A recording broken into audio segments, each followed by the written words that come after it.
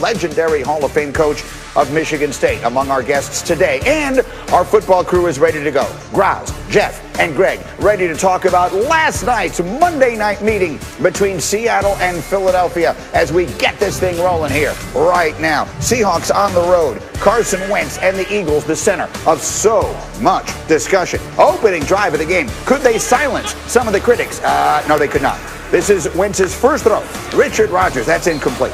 Next play, Wentz looking for Greg Ward. Eagles would go 3 and out to start this game without Seattle having to make a tackle. Next Eagle drive, 3rd and 8. Wentz, Jalen Reagor. Wentz 0 for 4 on Philly's first 2 drives. Second quarter, no score, 2nd and 14. Wentz on the sideline. Jalen Hurts in the game. Hurts first snap, complete to Alshon Jeffrey. And then Wentz is coming back in and Hurts is going to the bench. Someone will have to explain what that was about. Next play, 3rd and 8. Wentz back to throw. Wentz going down hard. Wentz hit repeatedly in this game. That's a loss of 6. Eagles no first downs on their first 5 drives. Later in the second, still no score. But Russell Wilson is doing something about that. DK Metcalf, 52 yards down to the 1-yard line. Metcalf playing with a chip on his shoulder against a team that passed on him in the draft a couple of years ago. And then sets up this. Wilson, David Moore for the touchdown in the corner, and the Seahawks take a 7-0 lead. Next Seattle drive. It's 2nd and goal. And they can do it on the ground. Chris Carson is back, and he's better than ever, bullying his way into the end zone for a score. And Seattle, a 14-0 lead with 5 minutes and change left in the half.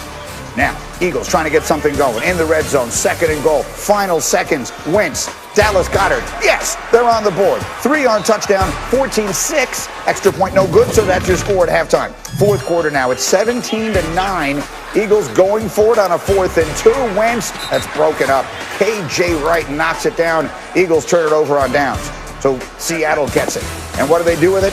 You know what they do. Russell, DK. Oh, what a catch.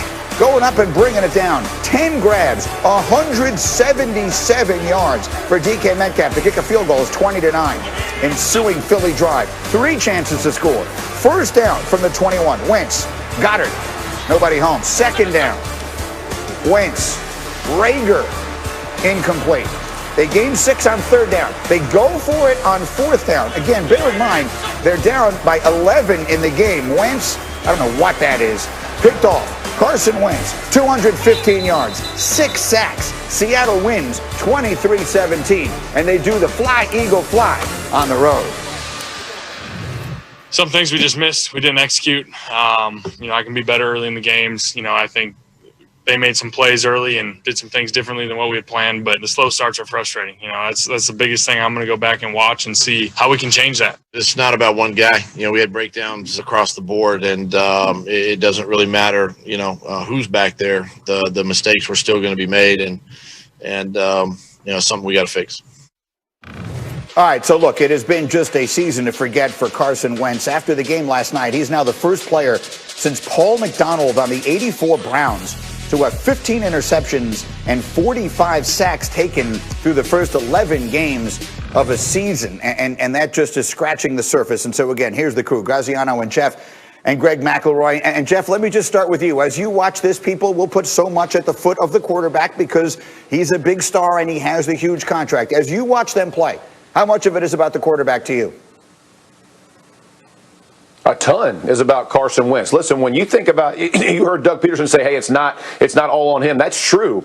But you have to look no further than the other side last night at Russell Wilson. You know what I mean? Listen, in 2017, he led the league in touchdowns with no receivers. We're going to make excuses about receivers can't get separation. Well, you have a franchise quarterback. What does that mean, Greeny? That means that guy's got to get you 3 to 4 wins a year, and Wentz is not getting that done. I understand protection issues. I understand receiving issues, all of those things come to forefront. But the bottom line is, look at Russell Wilson. He didn't have protection. He didn't have receivers. He had Curse, Richardson, Lockett, Baldwin. Like, they used to make fun of his receiving core, and he's leading the league. So when you're talking about what Carson Wentz can do himself, he has to play better. I understand it's not a one-man show, but he's got to be better.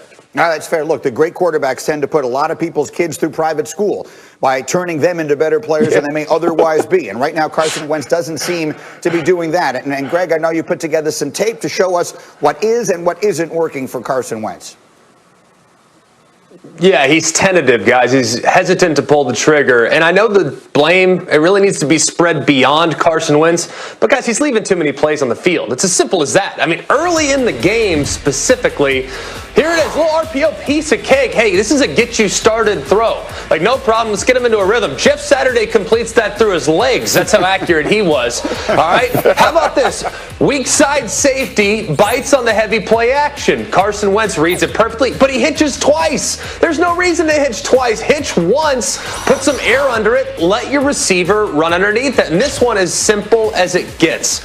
It's seam to seam, to the comeback route outside, to the back on the check down. All right, you got 1A to the left, who's open. You got 1B to the right, who's open. You have 2 to the sideline, who's not open. And then you have 3, who's open. You literally could have thrown it anywhere except for where you did, and it would have resulted in a completion. He's not seeing the field very well. And when he does see the field properly, he doesn't throw it very accurately. Even some of his completions are off target, throwing at guys' ankles and knees. So he's got to pick it up, but he is certainly not the only problem with this Philadelphia Eagles offense. Clearly, and sometimes you watch it and you wonder how much of this has gotten into his head, and then all of a sudden they're running the other quarterback out onto the field yesterday. I mean, Jeff, how would you describe what they did with Jalen Hurts last night? Absolute waste of time. I mean, how can you describe it any other way? You're going to run them out there, throw a pass, or run them back. Like there's nothing being built by doing that. You're not getting the player better. You're not getting Carson Wentz better, and you're dang sure not getting your offense better by running a guy out, letting him play a couple snaps a game. That's not developing a quarterback. That's not developing. If you're going to send him in with a game plan. Like, what are we going to do with Jalen Hurts to improve our offense? What can he do differently than Carson Wentz to give us a spark? None of that showed last night. Absolute waste of time. Yeah, I was looking for the change of pace, and it didn't really feel like a change of pace. It was just a change of personnel. And, Greg, you were making an analogy in our meeting this morning that certainly rang a bell with me, and I think people will remember. It rang a bell with me too, Greeny. 2012, there was a team coming off really 2 out of the last 3 years. They had gone to the AFC Championship game. That's the New York Jets, and they had a young quarterback that was pretty successful, relatively speaking, in his first 2 years in Mark Sanchez. And then they go ahead and they bring in a guy like Tim Tebow. And all they did by bringing in Tim Tebow was undermine Mark Sanchez at that point, because Tim Tebow, as a fan favorite, they wanted to see him on the field. So they'd sprinkle him in a little bit, 1 or 2 plays a game, and then Mark started to play poorly, started to search a little bit, started to lose his confidence. And next thing you know, the boos and all the negativity got a little bit louder, and what's a difficult market to have success. So I think by playing Jalen the way they did in last night's game actually undermines the quarterback position, especially for a guy that's searching a little bit on a team that's struggling offensively. So let me go to my insider here, and Dan Graziano. And Dan, you have pointed out repeatedly that no matter how frustrated anyone is with Carson Wentz, he's not going anywhere. The contract dictates that. But that may not be the case for the coach. Is he suddenly sitting on a hot seat?